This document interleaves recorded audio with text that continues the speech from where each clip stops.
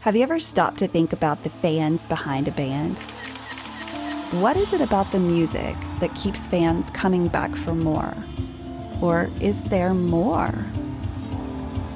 My name is Renae Lipsmeyer, and I am the host of this podcast, The Space Between Podcast, the podcast where we talk about the fans of the Dave Matthews Band.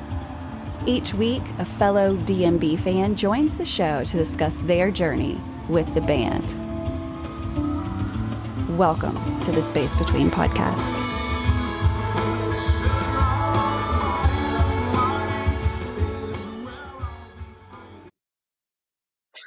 Hey guys, welcome to another episode of the Space Between Podcast, the podcast where we talk about the fans of a band that has been putting music out for over 30 years.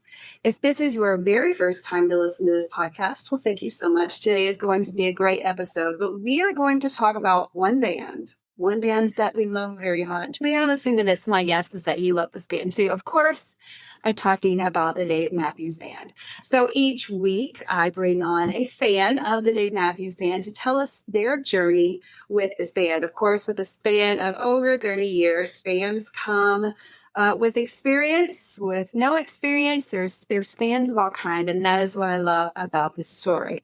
So today, I'm actually bringing on someone that has been on the show before. I am going to go ahead and let him introduce himself, and then we're going to talk about what he is doing to further his fan experience with the Dave Matthews Band. So thank you so much for being on the show. Tell us who you are. Thanks, Renae. Yeah, I'm Rob Bokon, one of the admins and founder of dmbalmanac.com. We've been around in the form it is right now since 2002, but from the very beginning in about 2000. Wow. I mean, you have not checked out this website.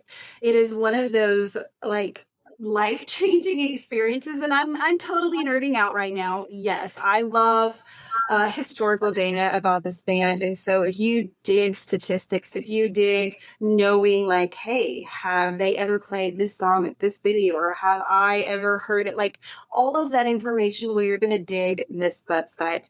So before we move on, I mean, you have been on the show once and you kind of guided us through like the creation process of who is working with you, because of course that's one of my very first questions is, are you doing this by yourself? And so if someone is listening and they didn't catch that episode, of course I totally recommend going back. It was February when it aired, so definitely check that out. But can you briefly tell the listeners like when that started and why you originally started the website?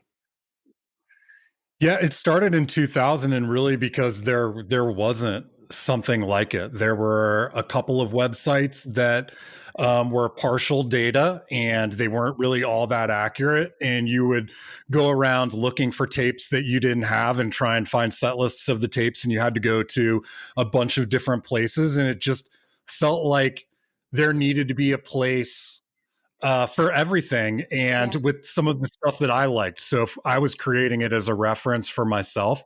So things like the song times that I think are really unique to us that have been there, that was just what would make me curious as a fan. And really, we've just built on it, and we've made it a lot fancier, and we've added a lot of people that have helped out. We've got a pretty big staff for a website that just handles one band.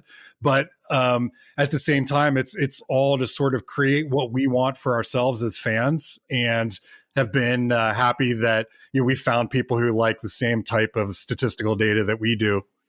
Absolutely, absolutely. So if no one's ever heard of this website before, I think one of the very first questions that would come to mind when you're like, wow, this is got to be such a labor of love for you guys. And so I'm sure that I have to pay for access to this information. Can you tell the listeners, like, is that true? And how does this website fund itself if you are not paying to get in?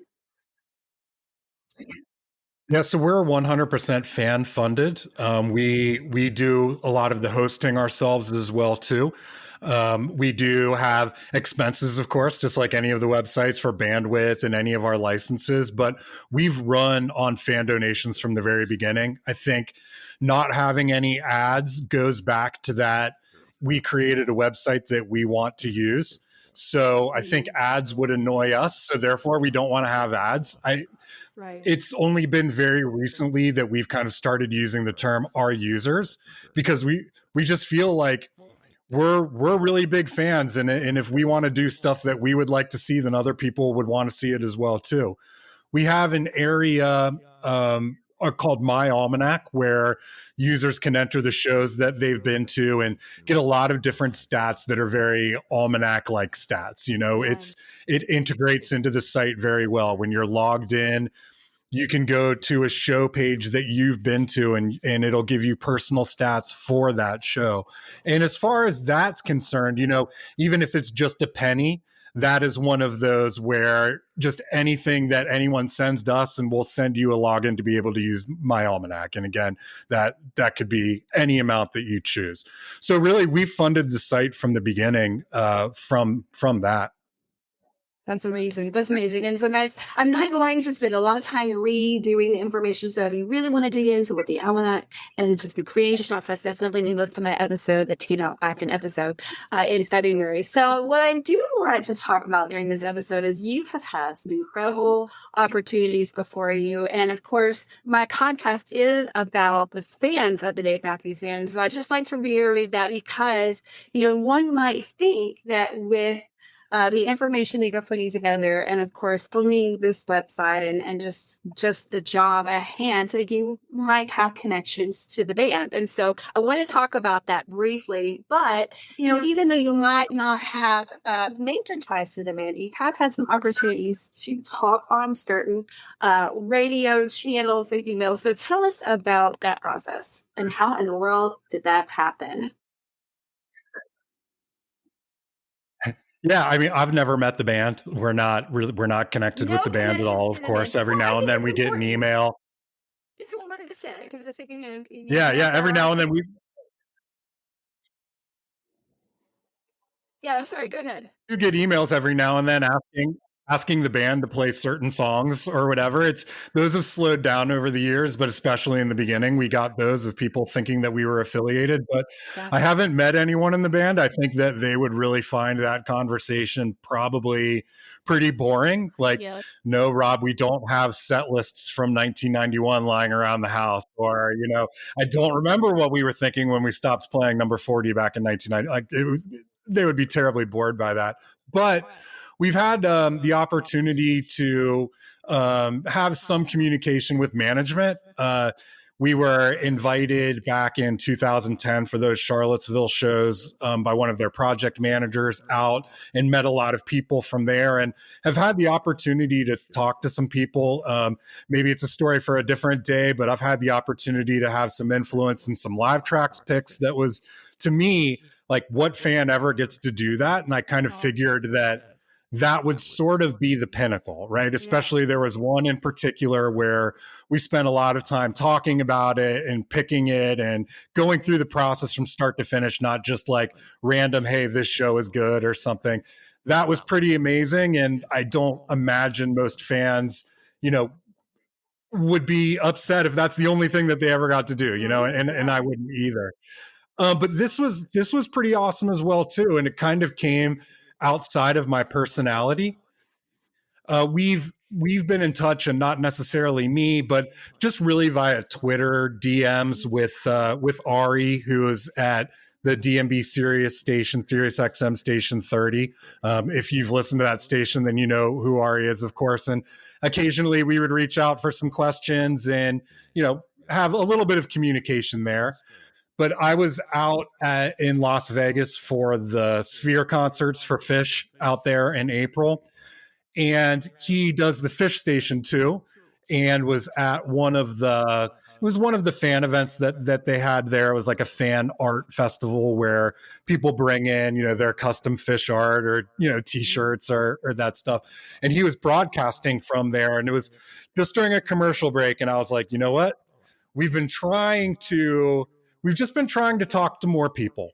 It's been fun talking to people. We've been engaging with folks in the crew at the concerts, and it's just been really nice to have that communication. It's a lot of fun, and I was just like, you know what, it's my turn to step outside of my comfort zone. So during a commercial break, like I said, outside of my personality, I just walked up and introduced myself, and I said, "Hey, I'm Rob with the Almanac," and just wanted to say, I appreciate our communication. And he was, he obviously has been using our site. He's a big fan of the band, and just had about a 2 or 3 minute conversation that was really positive and exchanged numbers.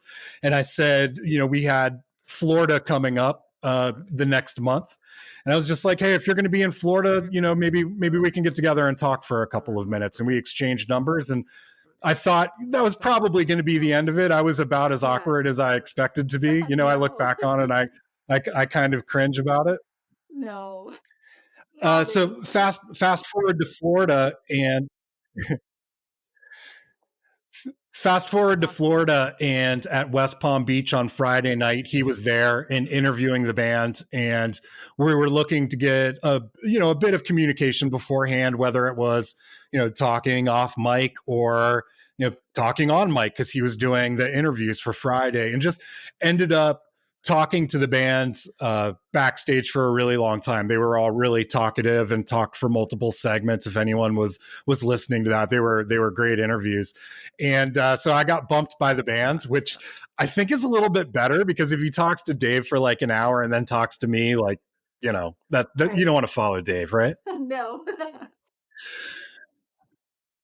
So, I figured I go to a lot of weekend shows. Maybe I would try and, talk again then at some point in time.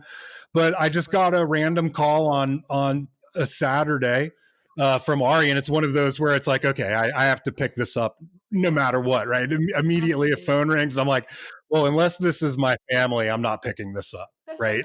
Right. But that's a call you have to take. Yes. So he had mentioned that they were doing some ticket giveaways and looking to do something other than just talking to callers, and wanted to have a couple of extra hosts. And they had Julia Cunningham in, who works with SiriusXM and does a lot of pop culture interviews and stuff. Like, the list of people that she's interviewed is really long, and my name is on it now too, right? But yeah, and I was immediately I was like, yeah, absolutely. Like, I said yes before you start getting the anxiety of doing something like that. So we had like maybe a 30-minute conversation, and I had a bunch of questions about various, how do we air a show on Sirius? Like, I just nerded out for about 20 minutes of that conversation, just kind of firing off all these questions that I wanted to know, like about the live mix and the airing of the archive shows that they were doing during COVID, when we aired some shows from '96 and some shows from earlier on, like right before COVID. It was just like, so I got to nerd out for a little while. And then he asked what equipment I had, and I said I had this little Jabra speaker disc that I used for work that I used on our last podcast. So if anyone is goes back and listens to that and wonders why I sound so much better, he recommended that I immediately got delivered better equipment than I was using previously. So now I have this mic set up, and I think the coolest part about it was that they're kind of an official arm of DMB. Like, they are the part of the media for the band, just about as official as anything that they do. So, I had to get approved, right? Like, he had already run me by the management, and, based on some conversations that we had earlier, they had approved me to do this. And so that was just like, wow, that's pretty cool that this had at least been planned for that long enough to go through the process. Right. What a compliment. I mean, what an honor, right? To just get to that level of people, like they said, that actually have some type of tie to the band. And so, I mean, that's an incredible thing to get to do as a fan, especially as a fan of your favorite band. I know that you, of course, you said just as big of a Fish fan. Is that right? Yeah. Yeah. So it's like, it goes with the seasons, when once I get my last DMB shows in and the summer tour kind of turns, I've got concerts in between before the gorge comes up, some Fish concerts and festivals and stuff. So I think that actually played a pretty big role in it all working, because I was able to, he's there and he loves DMB and he loves Fish, but everyone was there in a Fish mode. So the True. fact that I'm kind of bilingual, I think helped out, and kind of Absolutely. kind of Yeah. helped our communication as well too. For sure, for sure. So, what opportunities have you had this year? Of course, you said that you were in Florida for the opening show, and I ended up meeting out there, and I saw your crew. And that's something I guess I'd like to talk about just a little bit. Is of course it does take people, and you try to have people at every show. Is there someone always at a show?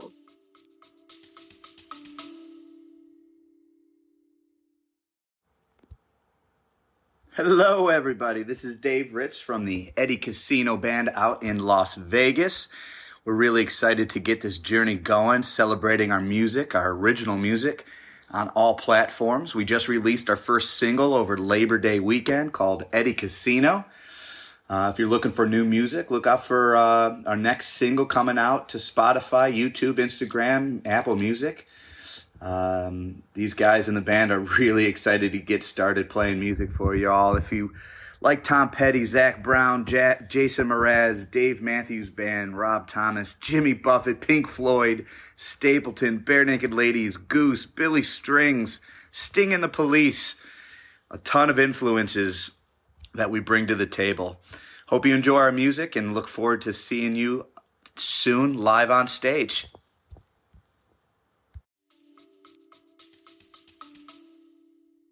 We have a person always at a show. So we have what I think 9 people in our crew, and we're not all that spread out throughout the country, but we probably have our own folks at probably maybe half to 60% of the shows one of us is at.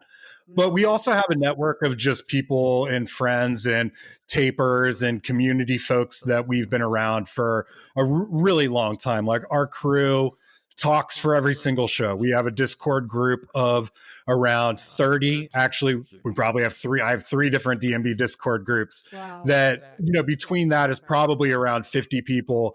And there's always somebody at one of those. Sure. It used to be a lot easier because the live set list page, I like what they've done with the new website, but the live set list page used to be a lot easier to use on the warehouse site, where you could just put it on auto refresh and then they would update it, the second that a song hit. We had it updated in the almanac. That has kind of changed this year. It's just a little less, it's updated a little less frequently during the show. Maybe I like to think that they thought that we had it covered, not knowing that we were actually getting it from them. But at that same point in time, as we still have to have the information just as fast as we did. So we have somebody at just about every show, and if we don't, then somebody is watching a couch tour or something, and at least feeding our chat so that we can get it Yes. updated. Yes. So, what other shows have you had a chance to choose of and play for? So this year I did the Las Vegas show, and then I did the first 3 Florida shows, so Tampa and West Palm Beach, and then I just got back from SPAC this last weekend, and I'll be at Camden next weekend, which will probably end my summer, I think, based on my work schedule. Yeah. Wow. So let's talk about SPAC for just a little bit. Of course, SPAC is one of those venues, and if you don't know about SPAC, of course, that is in New York. It's such a beautiful venue, and it's honestly one of those venues that amongst the bands of the magazines is just one of the top ones that people say, you must go here, you must go here. And there's a reason for that. I mean, there's a couple of reasons for that. Several reasons, actually. Now that I've actually seen this town, I mean, Saratoga Springs is such an amazing city. It's so quaint, charming, and last year when we were there, of course, the first races were there. So they just kind of brought in an element of just coolness that I didn't even know I was going to experience. I love the city. The venue is beautiful. It seems like a park. But then, usually what people are talking about are the historical set lists that are always coming from those SPAC weekends. So, is there anything that stuck out to you about your weekend at SPAC?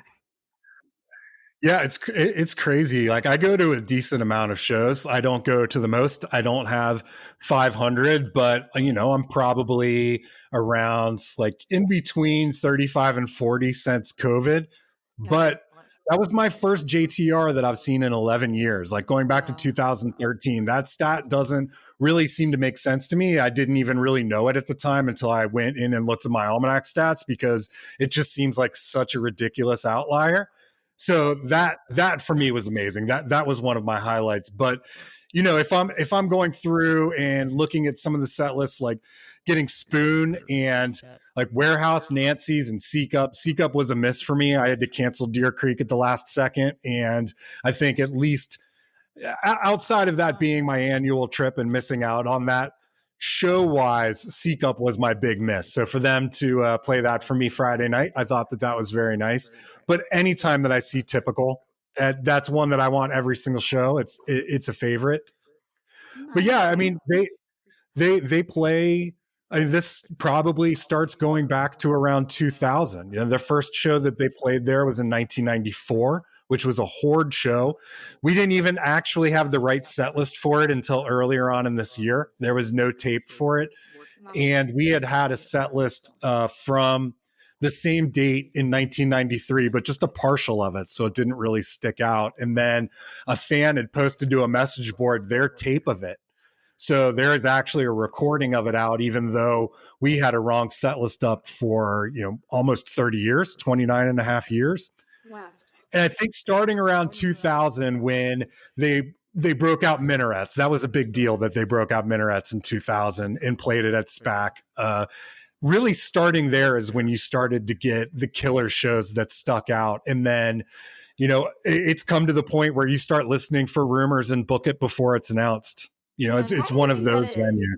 Why do you think SPAC gets those shows that everyone talks about? Do you think there is a reason? Do you think it's just, luck that it's happening? Any thoughts on that?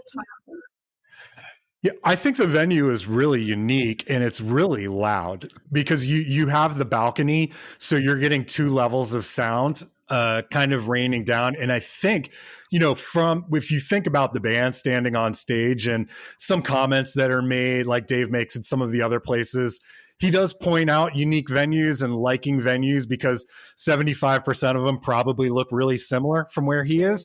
Well, this one looks ridiculously different. And the sound is really good because it's meant to hold in the sound. So even the sound that you're getting from the crowd, it is built for that. And I think that the crowd there, it jazzes up the band, and it's just kind of become one of those places where you have different expectations. And really, you're starting to look like around 2008 as when you're getting really special shows on the regular, like song breakouts, the big songs, the big anchors, the fan favorites, they have a tendency to hit there a lot. And it's catalog songs. Like you get songs like Lover Lay Down there a lot, where even the songs, like I don't want to use the term filler, but even the catalog songs are the ones that you don't see quite as often, or, maybe hit that crowd a little bit differently. Right. So my only time that I missed Idaho was the last year. And so I wasn't for sure what to expect. You go into a venue with all of these preconceived notions because everything you've ever heard about that venue is the reason why you're there, right? So you're just like, okay, what is about to happen? But what actually happened to me last year, I'll just never forget. I mean, this venue will always be at the top of my memories when it comes to the Dave Matthews Band. And for a reason like what you just said, I'm standing there. I don't know what they're going to sing. And I can start to hear the music play. And the first thing I do is look down at the ground because I want to make sure that I can hear it. I'm not trying to just like pop my visions. And I'm like, yours work better. And I'm like, what is this? It can't be what I think it is. What is happening right now? Is this really happening? And it just kind of keeps progressing. And of course, that's when they broke out ABI then. And so, I was standing there losing my shit amongst a group of people who have no clue why, right? And so, I will forever be my memory of SPAC. And so, I hope to get to go back one day because it is stories just like that every year where something is pulled out of the hat and there is such a big surprise. And so I love that feeling. Not that I haven't gotten that feeling in other menus because I mean this band surprises me every time I see it. And I think that's the hook though, right? Like that's kind of what keeps me coming back for more. I mean, there's so many reasons why I keep coming back for more, but one of them definitely is the surprise is that this band continues to throw to their fans.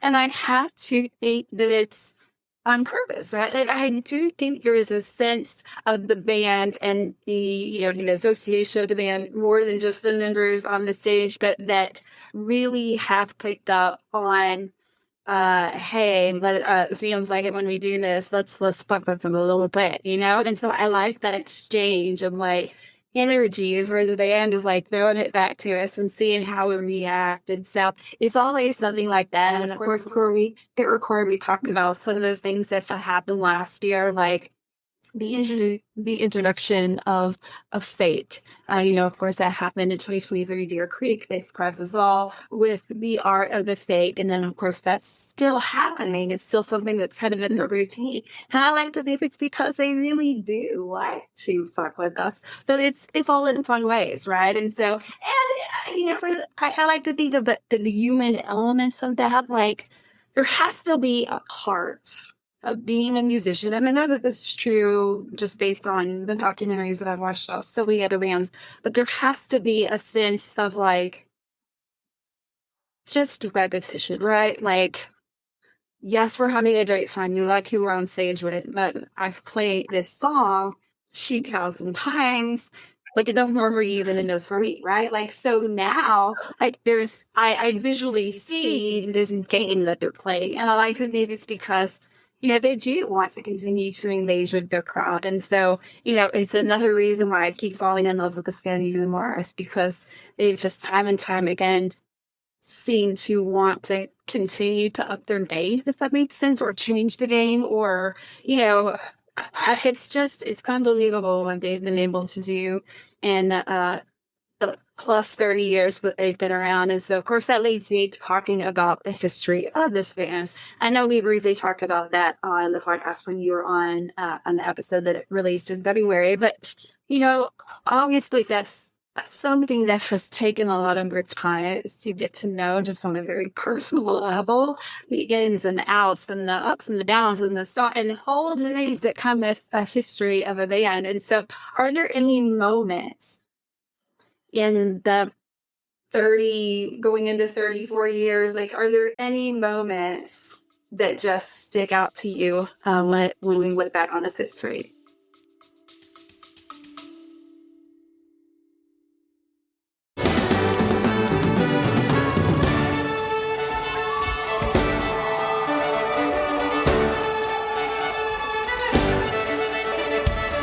What's up, everybody? This is David with the Dave Matthews Tribute Band. We're a nationally touring tribute to DMB, playing shows all over the country and beyond.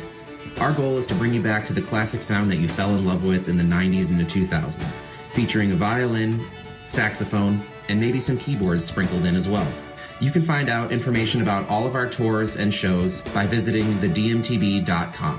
You can also check us out on Facebook and Instagram and other socials by searching the Dave Matthews Tribute Band or the DMTB.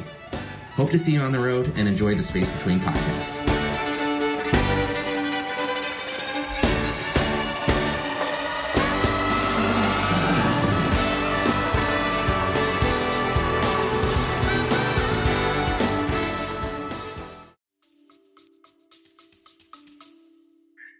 Yeah, I think, for me, one of my favorite shows, I talk about it all the time. And especially one of those shows that you don't go to. I think this 1998 is before these crowded streets came out, they blew up. They sunk the Titanic soundtrack, right? Or everybody had bought the Titanic soundtrack by the time before these crowded streets came out. Like one of those two things, they can both be true. But that tour kind of built up to two big shows at the end of the spring tour, which were their first two huge stadium shows that they played. They played Foxborough, where the Patriots played, and Giant Stadium. So June 5th and June 7th, 1998.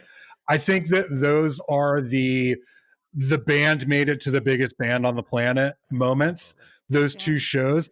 And I think what's really interesting about those shows to look back and listen to now is, I kind of joke around that right now they're kind of the Dave Matthews big band.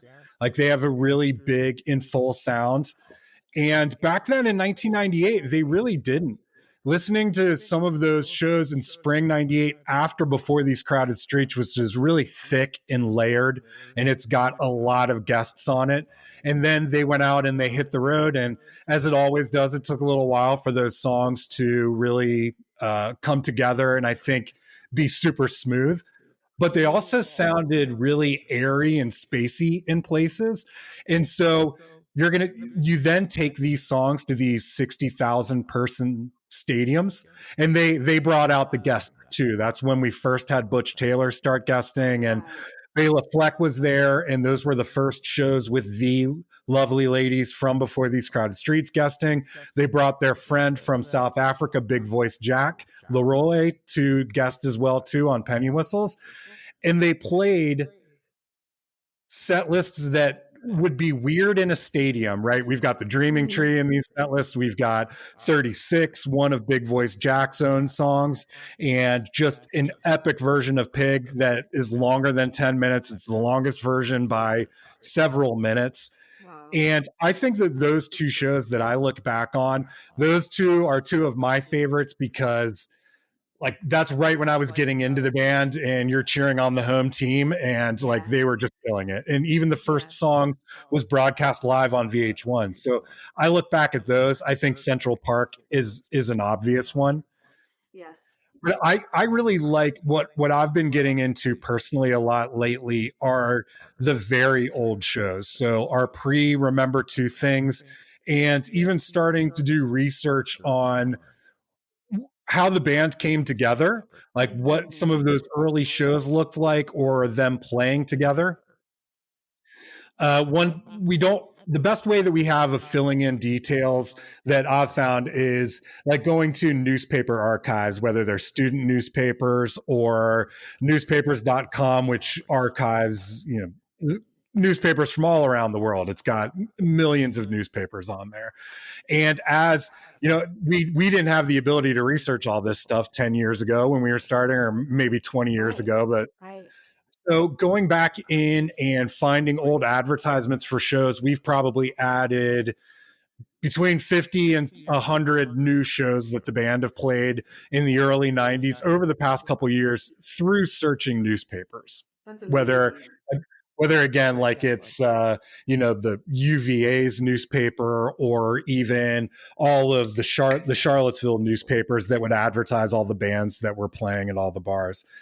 And I think what's fascinated me a lot recently is that I did a search and found something from like 1989 with Tim Reynolds and Leroy.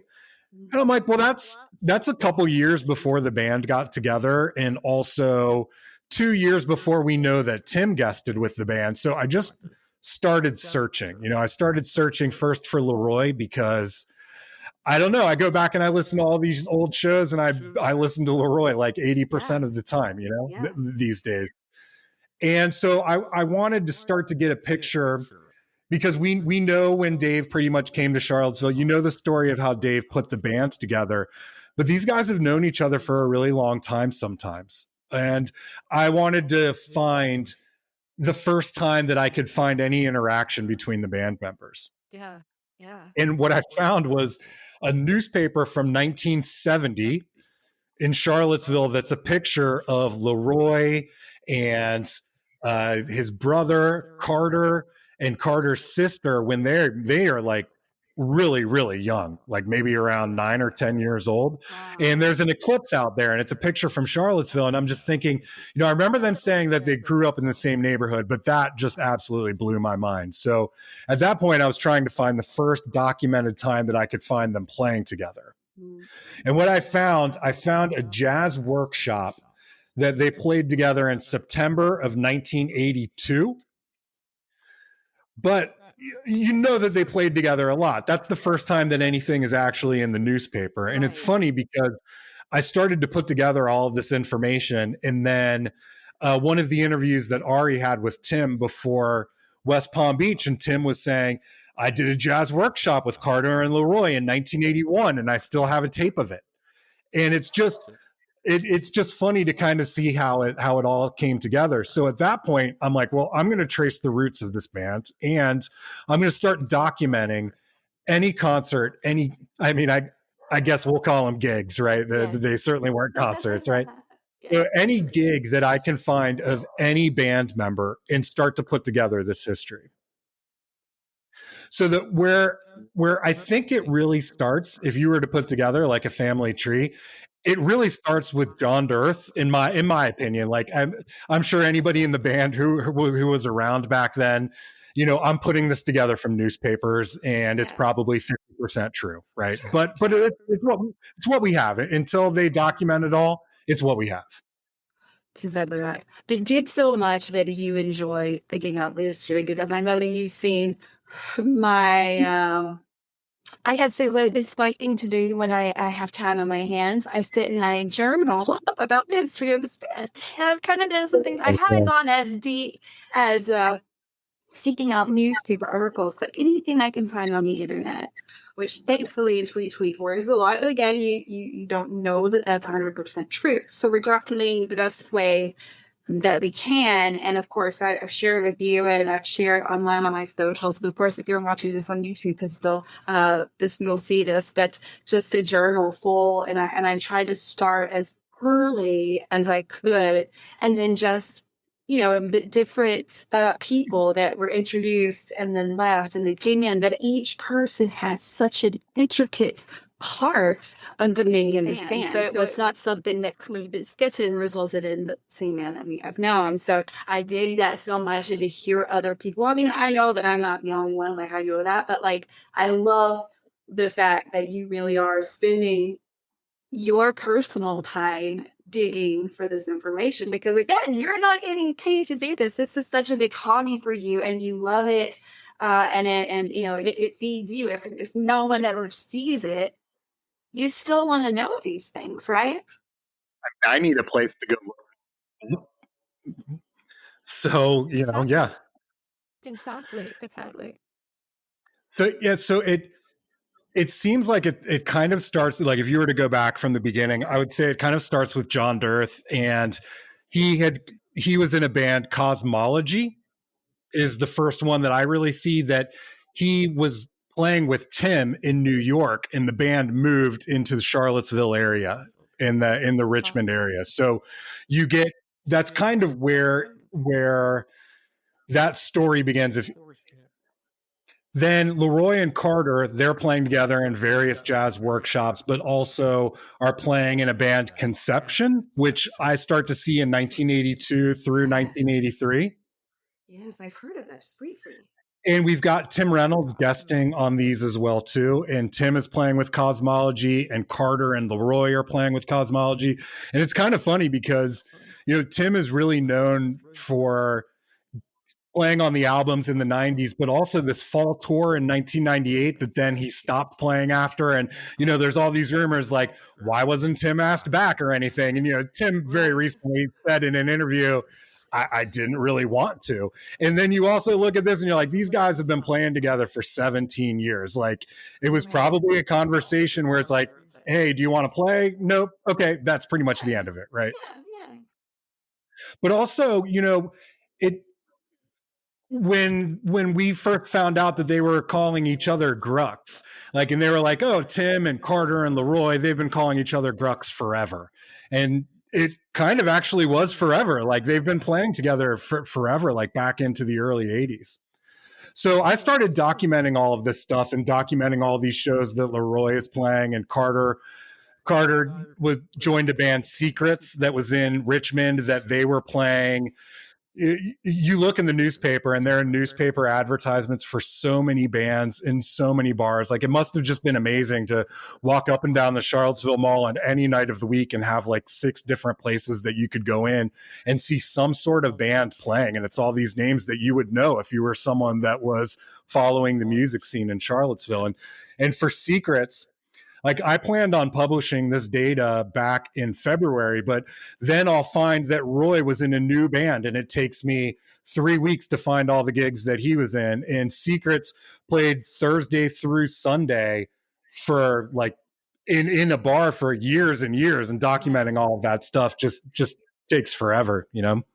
That was one of my trivia questions that I ask very often. What was the name that Carter was in before Dave Matthews Band? And honestly, I haven't met anyone on the show yet that knew the answer to that. So I love the fact that you have brought up Secrets. I always joke because no one ever knows them. Go, well, that was a perfect name then. Secrets. It was a secret from everyone.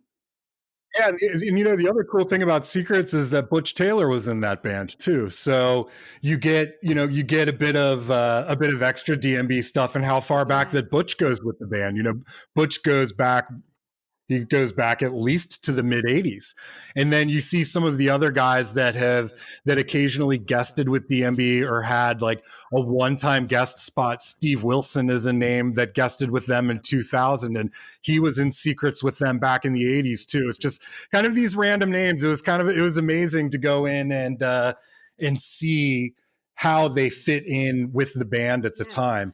And then John Dirth basically seemed like one of those guys who was not happy unless he was doing something with some band. So he was leading the Charlottesville Symphony Orchestra, which also, Charlottesville Swing Orchestra, not Symphony Orchestra, that also had Roy in it, and Roy playing with the basics. And John Dirth then was also at Tandem School doing some of the stuff with Stefan, where Stefan was in 1989 and 1990 before he joined the band really, really young.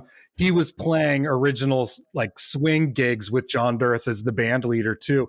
So he's kind of the connective tissue between a lot of this. And it's not really a secret or anything. Dave talks about it when John Dirth has guested with them in Charlottesville, but to see how it plays out, and it's not well documented anywhere. It's like a couple of books might mention some of the bands that they were in, but to see it as a chronology, I think was really interesting as well. You know, I think that, there's going to be this other thing on because you obviously know your own strengths and weaknesses, but I mean, maybe you're meant to write a Dave Matthews Band history book, be the historian of the band. I mean, it sounds like you're well on your way.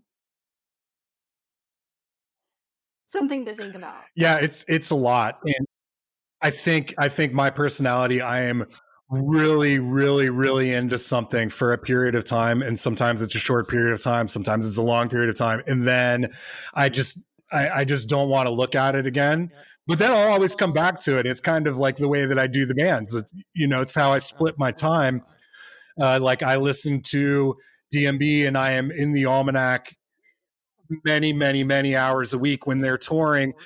But I like a lot of music a lot.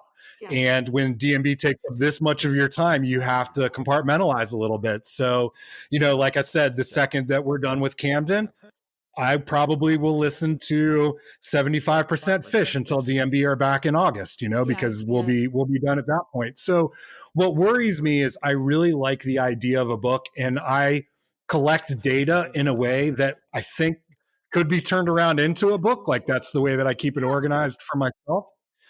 But also it seems like the type of thing that I would work really, really hard at for like 2 weeks, and then 3 years later come back and work really, really hard at for a year. So I don't know, maybe. Well, here's just some words, and then we won't talk about this anymore, but like, you have so much time because you really want to finish it up until the band themselves are done, right? And then you get time on that other side. And so it's something that you just basically got to start off because you've already kind of worked on it. And so by the time you know when the end is, you have so much of it done. So it seems like such a task, and it would be. But you're already well on your way instead of, I can't think of anyone else that rather read a history book from, like, as far as from a fan perspective. And that is why, too, is because you are not associated with the band. You are truly this fan story that I continue to go after is like, look what the fans of a band are doing. I mean, you're helping to write the history and you're digging up these dinosaur bones of newspaper articles in order to make sure that this story is documented. And it's so important because it's one day we will not be here. One day this music, the music will always be here, but the band will not be here. And so documenting it is so incredibly important. So I support however you do it. But I love the fact that you're doing it because, that's the same mission I'm on, is to make sure that this time is documented. And so, but thank you for all of the hard work that I know you put into it. I think what's really interesting about it is when you have that. Well, how the fuck didn't we know about that? Like for instance, like Leroy and Carter playing in a band called Blue Indigo. We didn't even know existed. Like this was something that was brand new. But it wasn't just that they were in this band that we didn't know existed. This band actually played while DMB were active. Like they played well into 1993 even. So it's like through 92 and 93. And there are a lot of tapes from this era. And there's not one time that Dave said, hey, go check out Carter and Roy in Blue Indigo on Sunday night down at Tokyo Rose or something like that, which I think is fascinating in itself too. And you see these little article comments where Dave says, like, again, it's in a high school student newspaper from 1992 where he says, like, we actually don't practice a lot. We basically practice when we're on stage. I would like to practice a lot more, but guys are in other bands. And you're just like, wow, like you can see that there's like this little bit of frustration in Dave too, right? That they're not playing every night because Carter and Laura are playing something else. And then you're like, I wonder that's why he's not telling people to go see this, because he's just a little bit passive aggressive. You know what? I would believe that too. I mean, you see it a little bit, right? Yeah, a little bit. So and it's just it's really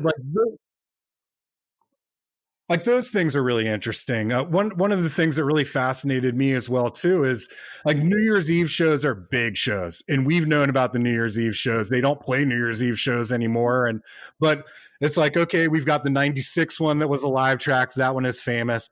We've got the 95 that was done on the radio, so there's the pristine copy. That one's pretty famous too. The 94, 93, and 92, they're less famous, but they are still pretty famous. They're out there for you to go get.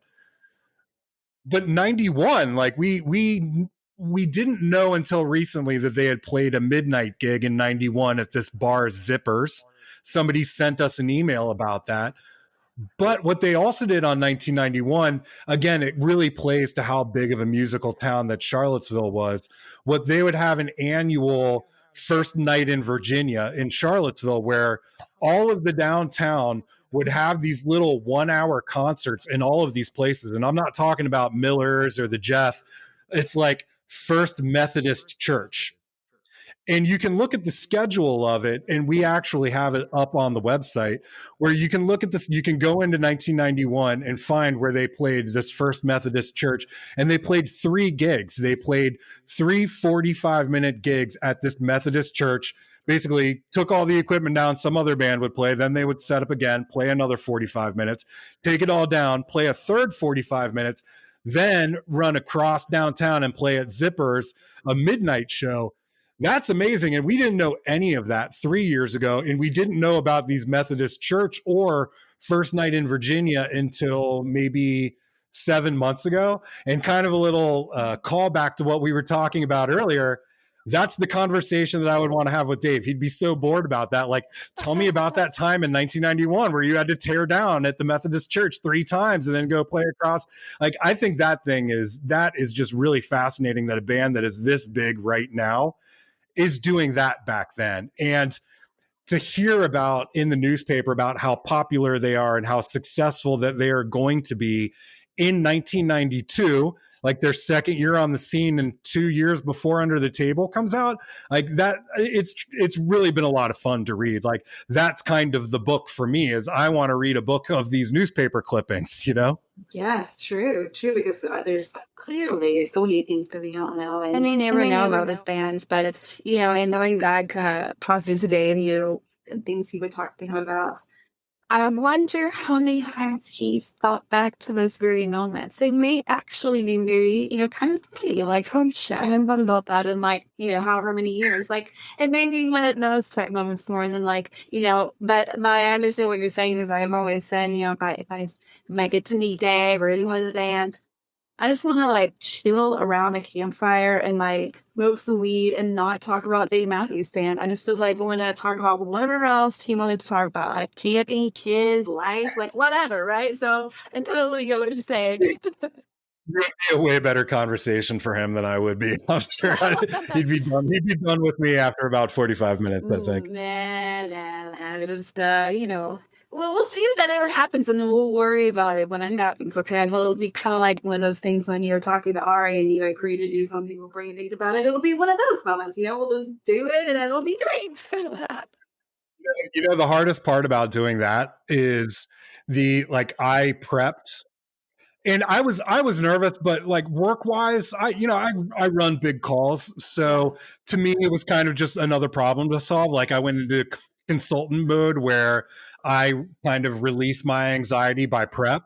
So like I prepped all of these notes, and he had asked for some talking points. So like I had like 30 different things to talk about, the new live tracks that was released earlier that are announced earlier that week, and a bunch of different shows. Like I think we had just done the Florida shows, so to talk about that I had a bunch of notes or whatever. So I was ready and I was really concentrating, and I had a bunch of like stay positive, like every show's amazing, like or like whatever, just things to kind of put me in the right mood. What I was not ready for, and I think was a big lesson, was Rob, what's your favorite tailgate food? I was so thrown off by that question. I was not ready for it. I had nothing. And I'm live, right? So it's not like, oh, I'll get back to you. So I was just like, I don't know. I like to get in early. I like to get my spot. I don't really have a favorite tailgate food, which insulted a lot of my friends who prep very wonderful tailgate food. But I'm just like, guys, I was really concentrating. Like I just wasn't. So at that point in time, it's like, okay, concentrate less. Like, be ready for anything. Be ready to talk as a human, because I think that was where I was really thrown off. Like I can talk about DMB for weeks. Right, leadership. I mean, I think a lot of people know that. And for those of you that are listening or are watching this on YouTube, you now know that like Rob knows his shit and his team knows his shit. And all of that energy that they put into this major project is available to all of us as fans.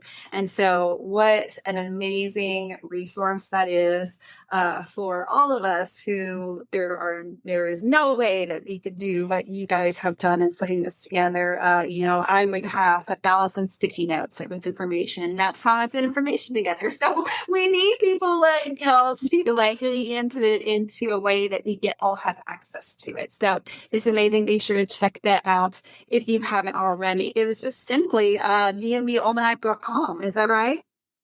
Yep, that's right. I mean, you can't forget that. It's so easy to definitely check in, pop in, check it out. And like he said, it takes a penny or more to have access to an internet password so you can start tracking more information, which is a lot of fun being able to pull it out and say, hey, this.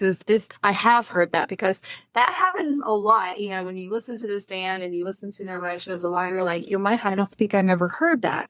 But then to be able to log in and go, oh my God, I totally have heard that. And this is when. And it's just, a lot of information. So thank you for helping keep us organized in our fan journey with the Dave Matthews Band.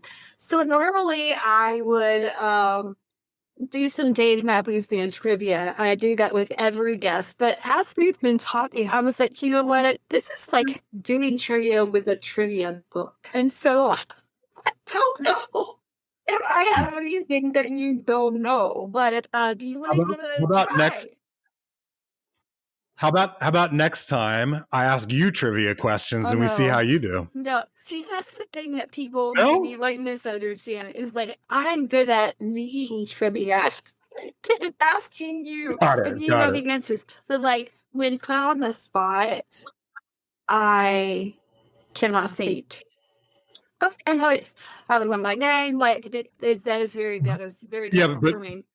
But, but what's your favorite tailgate food? I mean, can you answer that question? Because if you Listen, can, it's one better absolutely. than me. Those questions are right on my alley. Like, I know my favorite foods. Like, and speaking of tailgating, we'll talk about Sharon's Beach tailgating. That was a tailgating crew that I was surprised about, only because Jones Beach is literally like what it sounds like, is on the beach, on the water. You see the stage, and there is water and boats behind you. It's the coolest place, but like that was the last place I was kind of expecting a really awesome tailgate. And I had so much food. People were so generous. People were just like, please come and get food. And it wasn't like Little Debbie's snacks. And it was like, hey, we made some EJ, like fancy shit. I was like, hell are you doing here in New York, right? Like I would have taken the Little Debbie. Yeah, I mean, yeah, it lasts contract and maybe sure visit the best thing you should eat in hot weather. But I just like totally made up something. But it was fancy throughout Fruit Southwest with Jones Beach. And so yes, I'm always ready to name my favorite tailgating food because I am in it woman on the subject. It's not too gifted. It's not too hot. But yeah, I love to have some trivia. When we come back on the show, we'll prep a little bit more for that trivia. And then also we talked in general about trivia just because that was something that you and several of your friends did in the past or so. So in closing, tell us how it was that you started your own little part of the Dave Matthews Band trivia. Yeah, I guess it was during COVID, and what we did. Our crew's been tight, like most of the people who have been doing this. Right, it's the reason why we do this. We started the core of our. Well, I don't want to say the core of our crew. The beginning of our crew started probably back in 1999, I would think, and it's stuck. Like we're all still together from that, but as everybody's gotten older and they've gotten their families, people started going to fewer shows. But it wasn't just that; it's that we stopped talking quite a bit. You may connect on Facebook, but it was funny. Like somebody posted to our group a screenshot of the pre-Deer Creek message that went out in like 2018, and it's like this random Facebook post with a couple of people tagged of who's going to Creek this year, and so people just kind of showed up, and the friends that were there, like it was great. You got to hang out and see each other. But I think when COVID happened, we all got into a Discord and we added person by person to it. And we just needed something to do, and we were listening to music together. We were streaming music, I think, on Twitch and listening to it as a group while chatting in Discord, and we were listening to a DMB album every week. And when we ran out of albums to listen to, I started to put together live mixes. So we would have a theme. Our first one was like unreleased songs. The second one was like best of Bella Fleck in like the later years, and just came up with a theme every week. But as part of that, we got together and did online trivia through Kahoot. I had done like recently, or like earlier in the week, someone from work did a presentation, like a trivia or something. So we just started out and did 25 questions one Saturday night. And, at the beginning of COVID, like that was enough to get you through a week. And so we started doing every Saturday night trivia and live music mixes and did it for well over a year. So starting, I think, in March of 2020, and it was going on really through May of 2021. And then even getting together occasionally, we'll do trivia night every now and then. But every single week, we would do 25 questions, 5 categories, 5 questions in each category. And we started rotating who would host it. And there'd be a lot of pressure to come up with good trivia questions and good categories. But that's really how we got through COVID, was that Saturday night that we were all looking forward to. And that group is still together now. And that's kind of the crew that helps us put together all of the information that we get for each of the concerts and continue to do trivia. We probably do it 3 or 4 times a year now still. Dude, I love that so much. That's literally the origin story on where I came up with my trivia binder. And, it was during COVID and we're all looking for these to do. And I'm a trivia junkie in general. I love it. And so, in order to get together with my Dave Matthews Band friends and family, it took it took something. It had come up with something to do, and so trivia is what we landed on, and that really was what kind of launched this podcast, was putting those people together and talking about the Dave Matthews Band, but specifically the fan experience. Because when we were going through COVID, yes, we had the music, and thankfully Dave was doing the live shows in his home, and so we had some things, but we really kind of leaned on each other to get what we needed that we didn't have anymore. And a lot of the Dave Matthews Band experience as a fan is getting to know the community of other fans. And so we really kind of just rallied together and did some of the same things. We hunkered down and we got through COVID with the Dave Matthews Band trivia. And so that was something that I definitely wanted to bring into this podcast, because that's kind of what catapulted me into this. And so it's been so much fun. It's been fun to, I always tell people when it comes to trivia is an opportunity to learn something. It shouldn't be intimidating. It should be exciting, because you just learned something new about this band that you love so much. So, I say all that to say, just put it out in the universe that, the next time you and your group want to do a trivia thing, I'd love to just have ear to stand and just listen to everything you're saying, because I'm totally doing everything out on the other side and frantically taking notes. It's pretty ridiculous. We've got some meticulous people, and just first of all, that's 25 questions a week over 60 weeks. By the end, we've got some pretty ridiculously obscure trivia questions, or, interesting categories that involve whistling. It's just, it was a whole lot. But at the same point in time, we all love the band. And I think it I don't want to say that we were doing less, but we were doing less. We weren't all talking. We were going to fewer shows because it wasn't like friends that we didn't know friends that were going to be there. And what it did is it really reignited the passion, right? The love is always there, but the passion is whether you're searching newspaper articles or whether you're trying to find old shows or going back and, listening to every Say Goodbye from 1997 that you can.